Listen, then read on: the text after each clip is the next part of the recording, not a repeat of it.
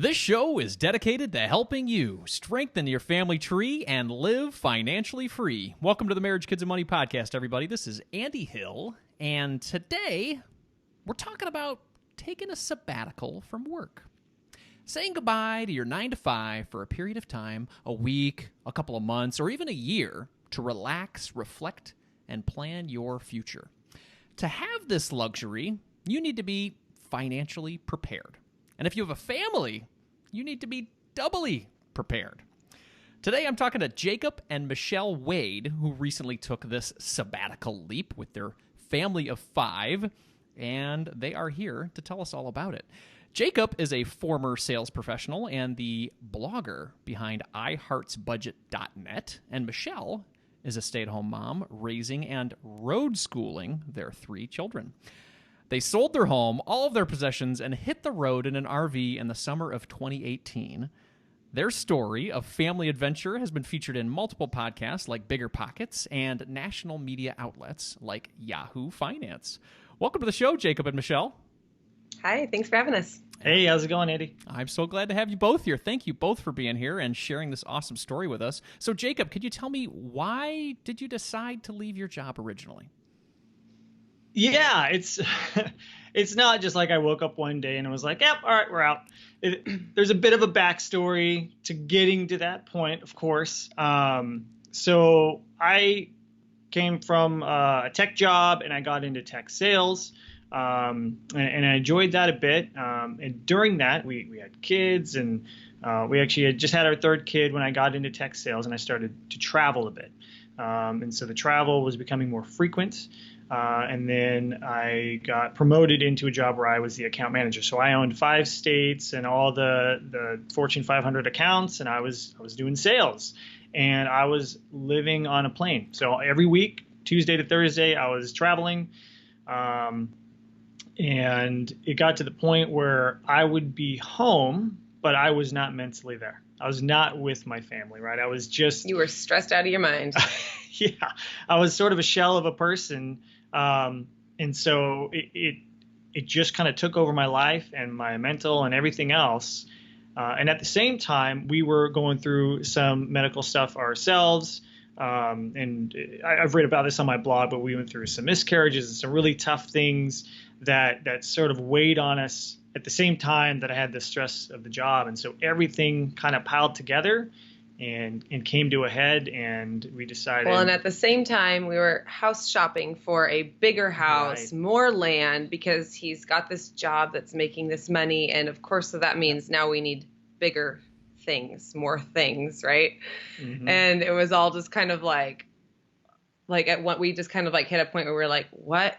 Wait, what? Yeah. What are we doing? It was the stress and the 2 years of looking for a house that we could never find. And we wanted bigger, better, more, because that's just the script you're supposed to live, right? And it just came to a point where we said, this is not working. Like, we were looking at houses that were, in my mind, going to put us back 20 years for our financial freedom date. And it just kind of hit me. And then at everything else, the story that I've written about is essentially I came home one day. I've probably done this multiple times, but I came home this one day. And well, you came down. Let me tell it, because I was present for it. So I was not mentally there. He comes down. He worked from home. He comes down the stairs, and it's Christmas time, and the kids are, and like Jake's true personality, he's like Elf. Like at Christmas time, he's like Santa. I know him, and so he comes down the stairs. There's the Christmas tree and the lights, and he lays on the living room floor. The little kids are, I don't know, they're 6 and under at that point. And they're running around, Dada, Dada, Dada. And he lays on the floor and he covers his face with his hands. And he literally is there unresponsive for like 2 hours or something. Like I put the kids to bed by myself, and he's still laying there on the floor downstairs. And I'm like, okay, this is too much. Like, this stress is unhealthy. What was going through your mind at that point, Jacob? I was working deals in my head. I was solving. I'm a problem solver, right? So when I was the engineer, I loved coming up with solutions and architecting, the solution for the company. When I became the numbers guy, it was no matter what, you close this deal, figure it out. And so I as a problem solver, solving those problems in my head that I couldn't seem to fix. And I figured thinking about it for some reason would solve it. And it just started to overwhelm me. And it was sort of just I don't know if you call it a panic attack, but just sort of this like, I'm too overwhelmed to deal with life, so I just need to lay here. It's like some sort of a breakdown in some form or fashion. Yeah. So you're at work all day long, and then you're traveling as well, and then when you get home, your mind doesn't stop, and that's the position you were in. Well, and I'll clarify, I worked from home, so it was almost worse where I like get up and I'm on my phone and then I walk across the hall and I'm just plugged in. And then when I'm out, I'm still plugged in because my work is right there. So there's no dividing line of like I'm off work, right? Now it's my own doing, and I definitely could have like set some boundaries and I just didn't. But that's exactly it. I'm off work, but I'm still mentally working, right? I'm still taking care of the problems and all that stuff in my head instead of being present with my family. And it got to the point, especially after that moment, where this isn't working. Yeah, no amount of money he's making at this job is worth the life that's happening right now. Mm-hmm. And then everything else that we had going on as well, all of that sort of came to a head, and it was like, what are we doing?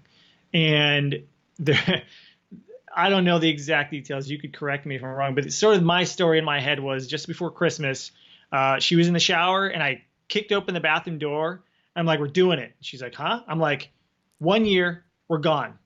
And then I shut the door and she's like, wait, what? Because you had said like briefly, like as a joke, like, hey, instead of like shopping for this bigger house, like what if we just sold everything and moved into an RV? And I was like, okay. And then we kind of talked about it, and we're like, the more you talk about it, the more you're like, okay, it's no longer what happens if we do it. It's now what happens if we don't do it. And then, so I kept being like, are we going to do it? Are we going to do it? And then, yeah, that was then the day is he busted through the door. We're doing it. And he slams the door and leaves while I'm in the shower. I'm like, hang on. That's incredible. So, what were the feelings that you were having at that point when you said, what would happen if we just did this? I mean, what feelings were you putting out there in your head that was giving you excitement about that moment, different from your current life? I think the thing for me was, and I talk about this, and I've talked with other people about this recently too, is I feel like a lot of people, and I was definitely living in this, like, this is the only place you can go. Everybody's on this highway, and you got to get to that next level or that destination. And I realized there's actually an off-ramp. And I'm like, wait, this off-ramp opens up the entire world, and I just never saw it because I was so fixated on this is the path that you're supposed to do. And, I've been a money blogger for a long time, so obviously I'm into budgeting, and financial freedom and financial independence was important to me, and the FIRE movement and all that. And so I was like focused on, like, hey, I just need to get to here, then here, then here. And I realized I could just take the off-ramp. And for some reason, my brain just like opened up like, oh, this is actually a possibility.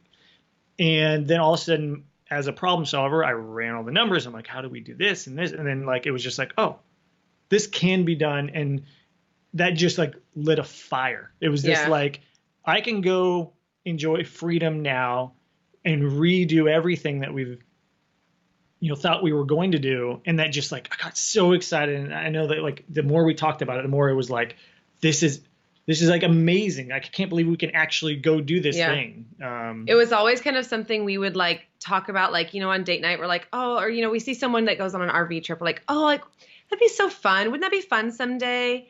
And then it's always one of those, like, one day, and you never actually are going to do it. And you never sometimes we'd even think about like, how would that actually work? And we just, I don't know if we weren't willing to sacrifice, I guess, enough to make it work. So we're like, oh no, it never could. Like, oh, that'd be cool, but that'll never be us. And then the more we kind of started talking about it, I think we both also just felt this like very compelling need for a drastic change. Like, we'd been in our house for almost 10 years. We have 3 babies in our arms that we get to hold, and we have 6 in heaven. And so there was a lot of emotions and things going on there. And, so in his stress in his job, we're just like, we just need like we just felt this like need for like something different, something drastic, like drastic. obviously that's like where we took it. So, That's incredible. yeah, so we played around like with the financial options. Do we rent our house? Do we sell the house? Do we sell our house and buy a rental house, like a different one, cheaper one? Better And, numbers, yeah.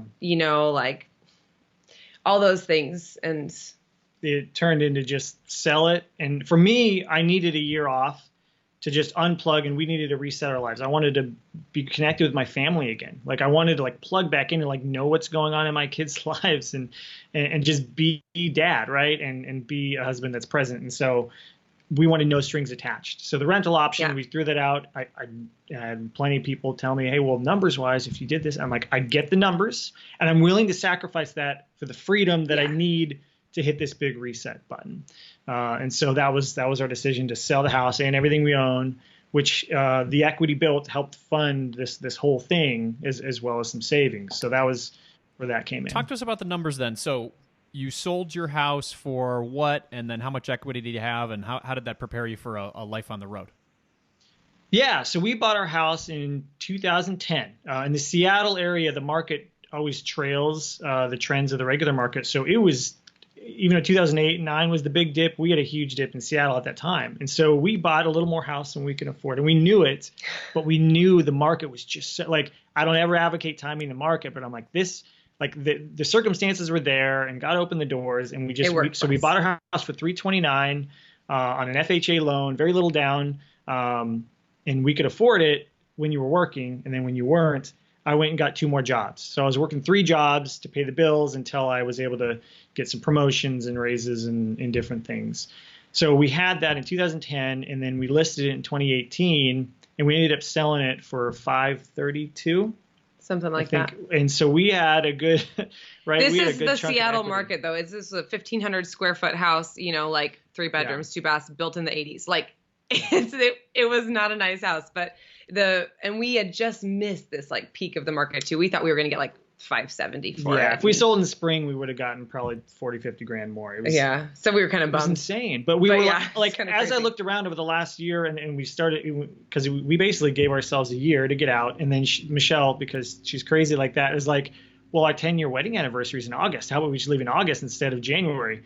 And so now he we goes have like, 8 months. I need a year to like finish out my job. And I'm looking at his stress level and I'm going, there's no way we're surviving a year. So he goes, well, I've been in this position for a year in August. And I go, 10-year wedding anniversary is in August. That's when we're leaving. We're doing it. And he's like, I don't know. I don't know if you were ever actually on board. I just started the train going. And it was like he was on a business trip and I went and bought the RV like by myself.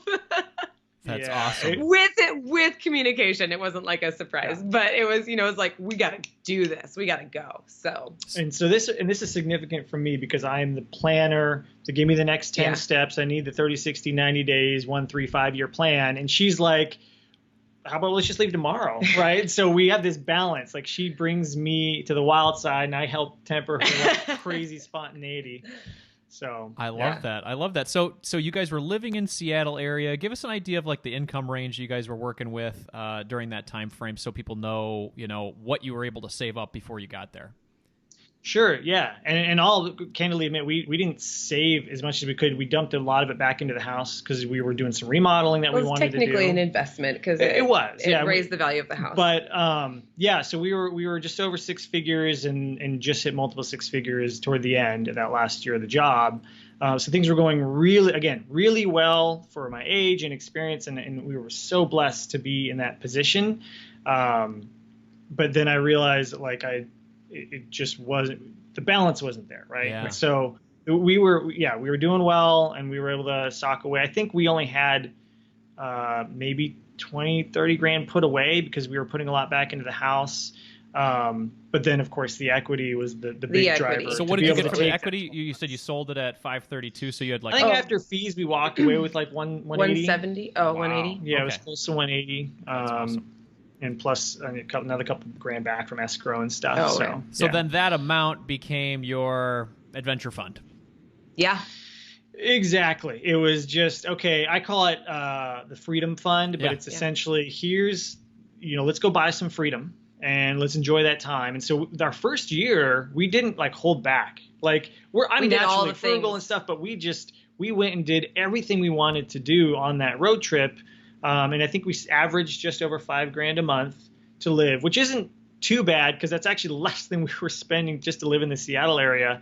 But we were like, hey, let's use this to go see the U.S., right? And we fell in love with national parks, and we hit 25 states and almost 20 national parks, and we had 80 stops, and we were just flying through the country and just taking it all in. So well, That's and incredible. another piece of that is the kids, getting rid of all the stuff. So we actually had, you said Adventure Fund. We had a jar, like a peanut butter jar that I Mod Podged with the kids, like, magazine scraps of adventure things.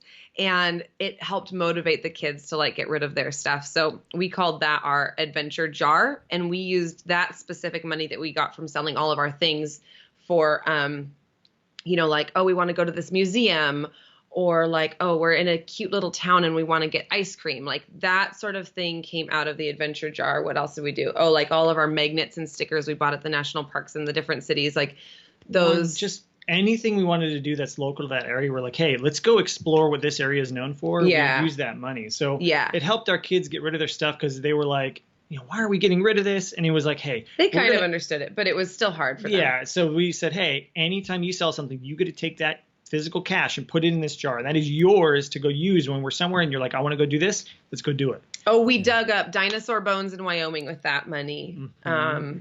That's And- incredible. We did. Michelle, Yeah, stuff like that. Michelle, talk to me about the conversations that you had with the kids when you said, we're going to go do this. And how do you talk to a kid about that? How did you do that?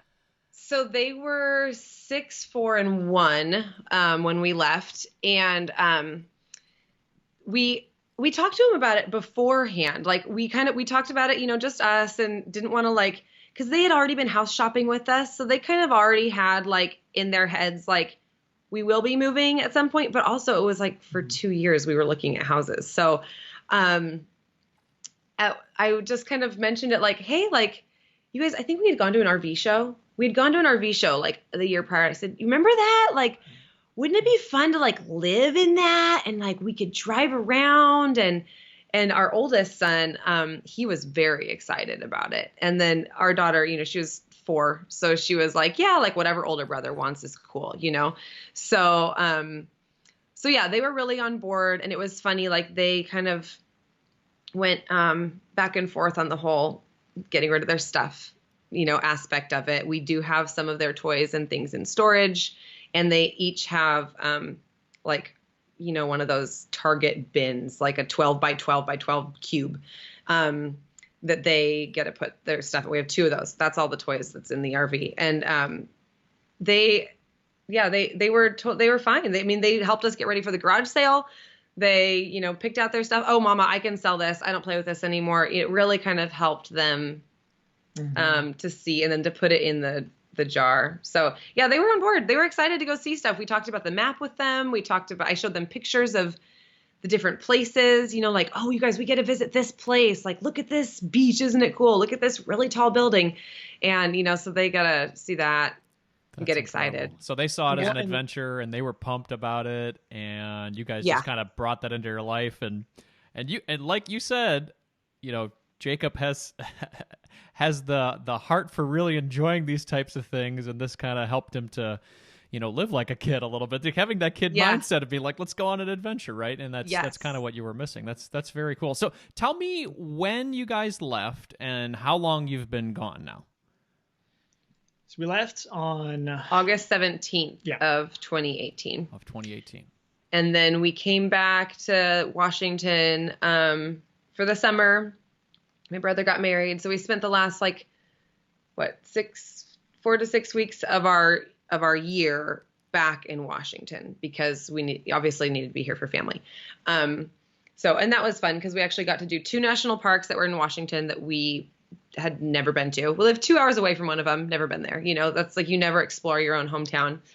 And yeah, so we got to do some cool stuff here. And obviously it was good to see friends, but then we hit the road again after that. We headed back south. As we wrapped up the year in August, prior to that, it was already, so a big part of my passion is obviously personal finance, just like you. And so I'm I want to rebuild my site and a business and grow to help as many people as possible to be able to maybe create their own freedom fund or build financial freedom into their lives. And so before we got back, I figured 12 months, I'll go back and get a tech job that's lower stress and just build that thing on the side. And then we went to FinCon, and it's just, there's 100% no going back. No matter what it takes, we're building this. Well, and after living with so much freedom for a year, both of us, like Jake was like, there's no way I'm giving this up. Like, there's no way I'm going to like go back to 9 to 5, working for someone else, like just doing that. It's like, no, like we got to figure out a way to like keep this up. Wow. And so pursuing entrepreneurship became the only thing we're going to do, and we're going to make it work no matter what. So we're all in. Yeah. That's incredible. So you want to have something that allows you to be on the road and have that flexibility. Have you, so are you abandoning the tech side of your life, the sales side of things? Or is there a way to meld those two together? Yeah, so my my airline status ends this month. So it's really weird. I'm like, okay, all my status, all my sort of like past sales life stuff is sort of closing that chapter. Like, yes. And I don't feel any draw back to it. I mean, a steady paycheck is a nice idea, but for me, my brain is so far beyond I'm a security guy. I always have a backup for the backup, but I'm so far beyond like working really, really hard to make some other company money. And I want to build my own thing that impacts people directly instead of like, cause I used to sell the stuff we're doing now, like audio, video things. And I'm like, great, I'm going to go like sacrifice everything I love to go make money so people can have meetings about meetings. I can't get passionate about it, right? But I can get extremely passionate about getting in people's lives, getting them on a budget, getting them started, having them build their version of freedom. So because like once the light turned on in my head, it was a Dave Ramsey book that just like the light went on. I'm like, I want to show everybody this, right? So I'm so passionate about it that whatever it takes, whatever we have to do to make it work, like that's what we're going to do. That's incredible. Well, Michelle, what was your favorite memory so far of being on the road with your family? Oh, gosh. Oh, wow. Favorite memory. There's so many. A place you went, a time you had together, a memory. You know what? This is not, oh, it's going to sound morbid. It's going to sound bad to say. Okay, so the cool thing about road schooling the kids is all of the history and science and everything they learn on the road, right? So we've had some really cool full circle like history moments that have like brought me to tears. So, and I'm not like a big history buff or anything. I like it, but I'm not like, I don't know. It's not like something I research on my own. So we were at Fort Pulaski, which is where the first shots of the Civil War were fired. In South Carolina. Yep. And so we learned about that. We saw the fort. That was really cool. And then just a couple months later, we actually a year, almost a year ago, we were in Montgomery, Alabama at Martin Luther King Jr.'s church. And we were there for MLK Day.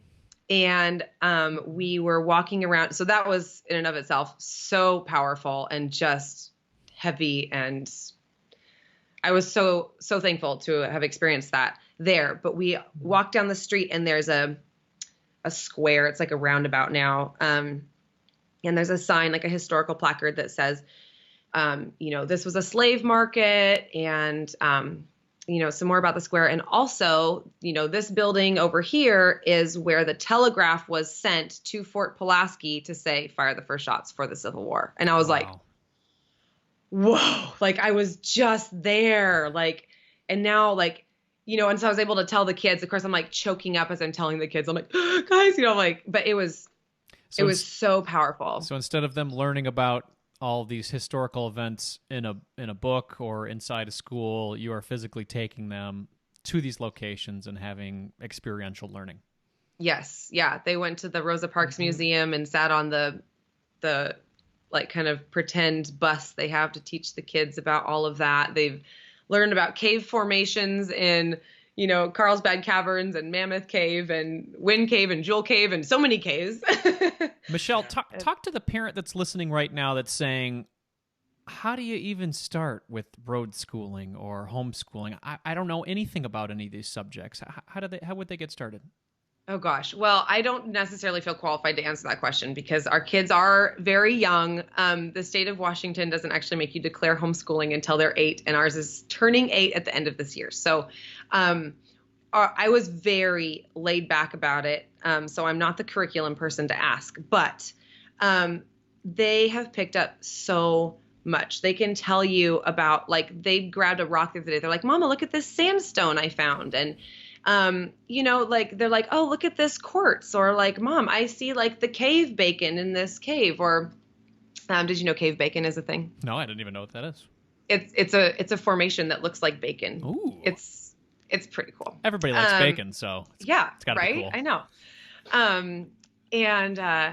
So the National Parks Program has a Junior Ranger program. It's a little workbook that's free. Most parks it's free. And they fill it out, and we have learned so much. My kids know exactly what to do if they see a cougar or a bear. They can name like not all, but a lot of the plants of the desert. They know a saguaro cactus versus a prickly pear versus a ocotillo, and like they've just learned so much on the road. It's like I don't want to say I don't try, but I don't need to try. It happens. Yeah. We've incorporated a lot of math with grocery shopping or with it's miles. It's almost this natural learning, because very natural. You were nervous about that whole thing because you're not like a curriculum driven type A person. Yeah. And so like we incorporate it with the everyday life things. So like our kids are extremely well rounded in that, like, all the Junior Ranger programs require writing and problem solving and math and all these other things that are at the basic level, but then they've got life skills and they've got like sort of awareness and common sense and all these other things that's maybe not necessarily built into like a curriculum. Right. Well, and my philosophy too, and a lot of homeschool parents, I think, as far as the kids' ages, play is the most important thing in their life right now. Yeah. That is how they learn. And so when we're out, playing and we're at these parks or these museums or whatever, like we have just recently got a science museum membership, so they're learning so much there. And, it's just when you're having fun, you're learning. Absolutely. And, so we were trying to do some sit down curriculum work the other day, and my oldest son, he's like, Mama, it's not the writing that makes me so frustrated. It's the sitting. And I'm like, okay. So I got him like a clipboard and I put his work in there, and he literally paced up and down our RV and got the whole thing done in 2 seconds, when it would normally be a huge fight for like, an hour to get him to write 5 words. But I got him moving and he's just going. So I think that's that is the best part of homeschooling, is that you cater it to your kid. You might have just solved why kids don't like school right there. Like, because they got to sit down all day and they have energy. Kids are not made to sit in desks all day. I interviewed the schooling system's great, but I interviewed this woman named Kalina Amuchastegui, and she wrote this book and with her husband. I think it's called The 4-Hour School Week. Almost off of the the Tim Ferriss books, but it's all about, yes, get your schooling done, but the majority of the time, kids need to play. Kids need to experience. Kids need to have fun. So if you haven't heard of her, I think you guys would get along pretty well, and you'd really enjoy her book, especially with what you guys are doing. So we've talked about all the really lovely things that happen on the road. Tell me one of your least favorite things that happens on the road that's versus your old lifestyle. Least favorite things versus the old lifestyle. I miss taking baths. If you ask any RVer, they'll tell you that. Like, we miss taking baths. And like, we're staying at my brother's house right now, and he has one of those like instant water heaters. Mm-hmm. And unlimited hot water. So there you go. We have how big is our water heater? 2 gallons? 1 gallon? It's 6 gallons. But you get 5 minutes of hot water at a very low, sparse pressure type thing. So we're very good now at the military shower. You turn on the water, you get wet, you turn it off, you do the things, you rinse off, and you're out. Like, what? I'm done showering in 4 minutes, like on the regular, like it's totally normal. Mm-hmm. Like, and that's the normal. So then when I get to someone's house, I'm like, I think I'm just going to stand here in this hot water. So I think the bathroom. Every once in a while, Jake and I wish for a real door on the kids' room. That would be nice. A door with a latch on our room would also be nice. Yeah. that. Probably a lock on our bathroom door, but that's on us. We need to just install. Yeah. Everybody gets walked in on everything. I mean, it's just. So these seem all like pretty fixable or upgradable things in the future, though, like a bigger water tank, a lock on the door, right? Yeah. We could get to 10 gallons. Everything is possible with money. I love it. Not worth the expense for us now, but that's the thing is like the bad things are like they're not minimal. that bad. Even I can get into the nitty gritty. Even the breakdowns. I don't want to like make your podcast gross or anything, but like the fact that I know about my family's like body movements and so like how much and all that stuff. There's not a lot of people who know how many gallons their family poops every week. The exact measurable amount. I told you we're TMI. TMI is our jam. That's okay. This is a family show, and I don't think you could live in an RV or in a home. I definitely know what's going on in my kid's bathroom, so don't worry. Yeah, right. So yeah, that's. But it's still not that bad. It really. Yeah. I mean, we've got a system, and it's not that bad. And somebody asked me recently, oh, you sold all your stuff. Like, what do you miss anything that you sold? And then I sat for like 2 seconds, and I'm like, nope. Yeah.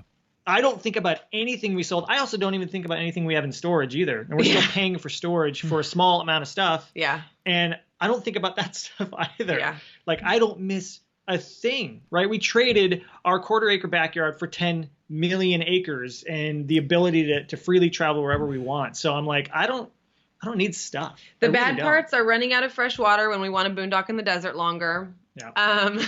Having to run the generator when the batteries get low because we don't have solar yet. So the bad things aren't that bad. Yeah, and the breakdowns, it's like, okay, yeah, we're broken down on the side of the road, but our house is behind us and we have roadside assistance. So like, let's just go make some lunch in the RV. Like, at least we don't have to mow our lawn every week, like at least like the roof, like isn't, I guess we can have a leaky roof too, but it's like, well, duct tape will take care of that. Yeah. It's good. So you guys are from Washington State, is that right? Correct. Okay, Yep. So where did you spend your time in the winter last year? Because it's usually pretty cold in the north, isn't it? We were in Florida and it was glorious. Yeah. And as soon as we're done visiting family here in Washington for the holidays, we're driving to Florida as fast as we can get there.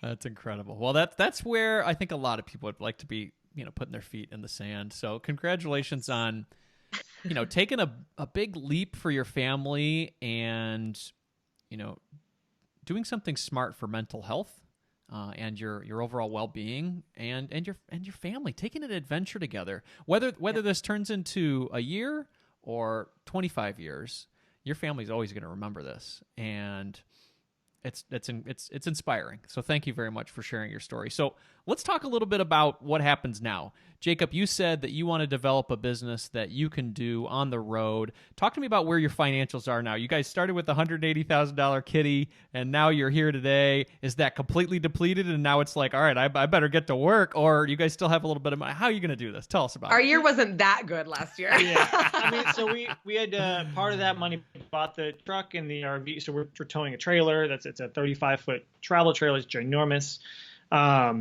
And so we went through, over half of that so far. But the cool thing about living on the road is our expenses, now that we've sort of slowed down and we're building a business, we've got about 2 years of savings put away. So we're living on that, but I'm trying to not, right? And so online work, freelance work, anything we're doing to build entrepreneurship in the business is going to help slow that. So I don't think I would be comfortable having under a year of savings. So I hope to never get to that point. So we have about 2 years of savings put away.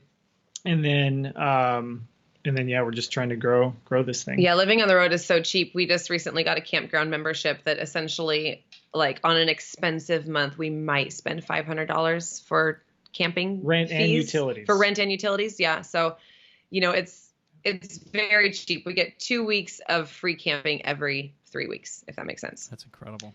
So yeah. you said you got 2 years of saving. So what's like a typical month of living now? You said originally you planned for 5,000 per month. Is that what you guys are doing currently? Yeah, with a buffer, we were at 4, but we could probably hit 3,500 a month. And honestly, it would be way less, but we put a huge value on what we put in our bodies. So we spend a majority of that on food, organic food and healthy foods anywhere possible. And it's actually a little more expensive on the road because we're always traveling. We don't have a normal routine. We can't stock up. Yeah, our fridge is very small, which is amazing because we have almost zero food waste now. I mean, compared to house living when stuff could get lost in the back of the fridge, like it's so minimal. So that's really nice. And our pantry is very tiny. It's like a little cabinet. So we're grocery shopping often. So there's no like head to Costco and get the best deal on something. It's like buy the smallest thing possible because it fits, which ends up being a little more expensive. And then shopping organic sometimes is almost impossible in small towns. But it's also more expensive when you're not in the Seattle area where that's just almost the norm where we're from and used to, so.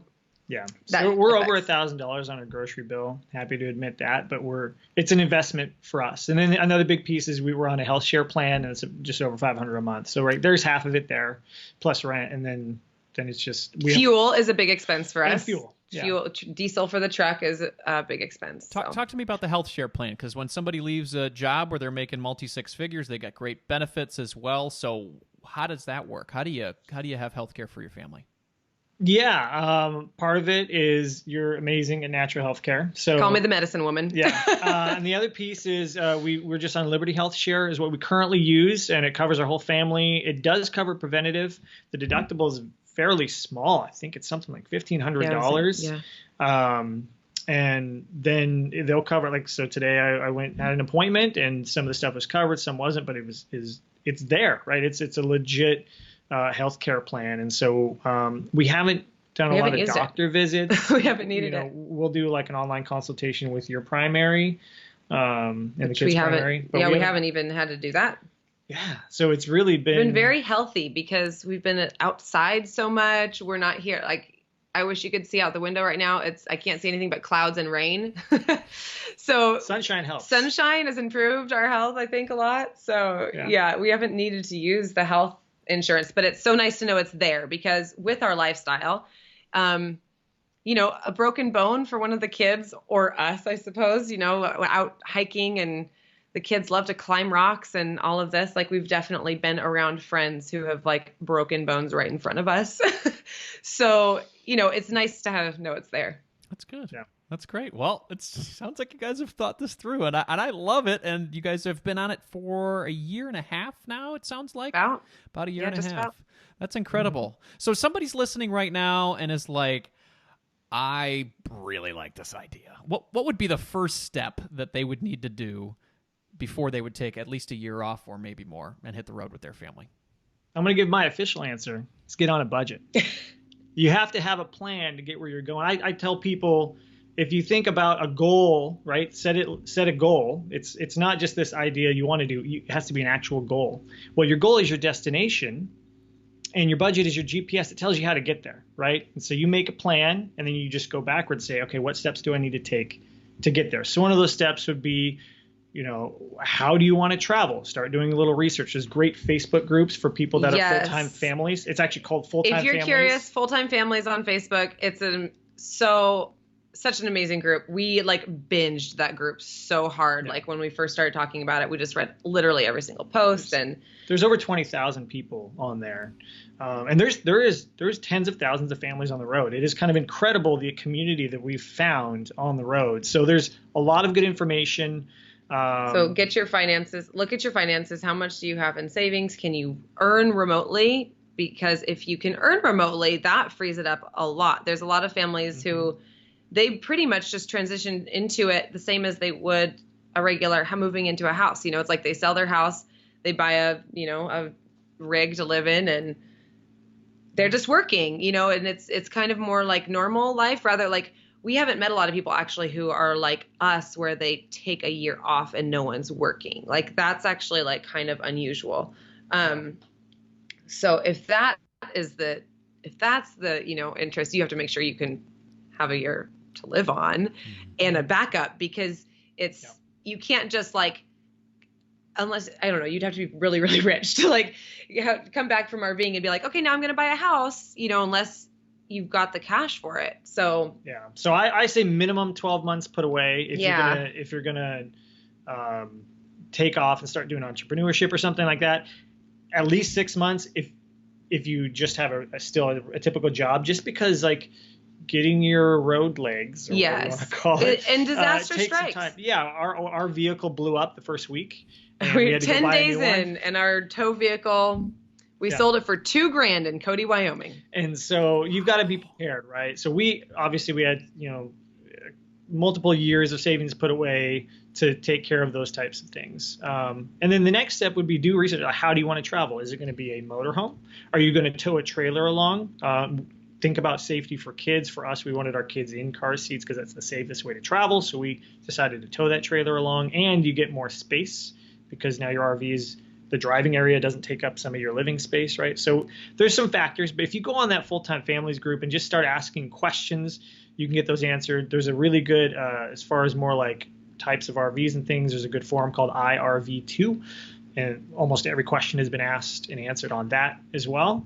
And then set a date. I think the biggest thing for us is when we set Setting that a date, it was a hard deadline. Date. Like it was a no matter what. And so we had to remodel our house and remodel the RV and fix water damage that we found and like tear out the walls and but we never would have finished if we didn't say, okay, well, we're leaving in 2 months now and we've got to do all these things. So unless you set a date, it's not real, right? That's why I tell people use SMART goals, because you have to actually set, when is this going to happen?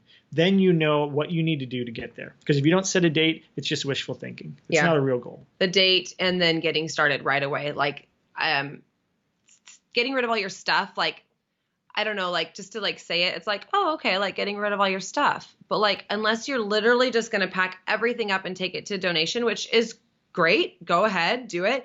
We felt like we really needed like to monetize that. And so I sold like anything that I thought would sell for $5, I listed on Facebook Marketplace. And it was a full-time job. Like it took so long. So that's like my side of the equation is like, if you're really going to do this, like start now. Like we've got some friends that did it also. And, they moved into their RV and they still were like, oh my gosh, I still have all these boxes I have to go through and get rid of, like, because it takes so long. So, took us 6 months. Start now. Yeah. You know what? Even if you're not going to go live in an RV, start going through your stuff and getting rid of stuff. It's life-changing, let me tell you. I love that minimalist message. Absolutely. Less stuff and more, I guess, more life. Enjoy your life. Yes. Absolutely. Very cool. We literally, like, you trade your time for money, money for stuff, right? We literally reversed it. We took our stuff, we sold it for money, and we used it with time with each other. And it's like my favorite equation in the entire world. I love it. That's a mic drop moment right there. That's very cool. So thank you guys both for joining me today and talking through this. Where's the best place for people to connect with you and learn more about you? Yeah. So on social, we're on Instagram daily, right? So just Instagram.com/iHeartBudgets or at iHeartBudgets, as the internet people say. Website is iHeartBudgets.net. And that's where we sort of relaunched it a couple of months ago, and I'm building it into the ultimate budgeting resource for any type of budgeting. I'm going to go through everything. So I just put up my ultimate guide to budgeting for 2020. So you can find that right on the homepage. That's where you can find us. We love to hear from people who are interested in full-time travel or budgeting or financial freedom or any of those things.